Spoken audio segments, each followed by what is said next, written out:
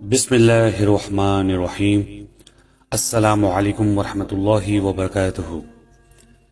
حضرت جابر بن عبداللہ انصاری رضی اللہ عنہ سے روایت ہے، انہوں نے رسول اللہ صلی اللہ علیہ وسلم کی زبانی بندش وحی کا واقعہ سنا۔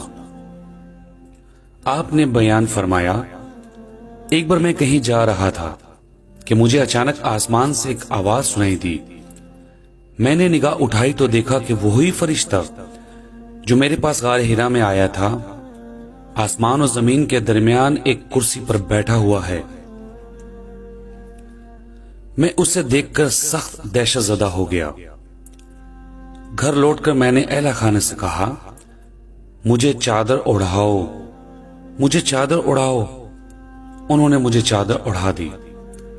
اس وقت اللہ تعالیٰ نے وحی نازل کی، اے لحاف میں لپٹنے والے، اٹھو اور خبردار کرو، اپنے رب کی بڑائی کا اعلان کرو اور اپنے کپڑے پاک رکھو اور گندگی سے دور رہو۔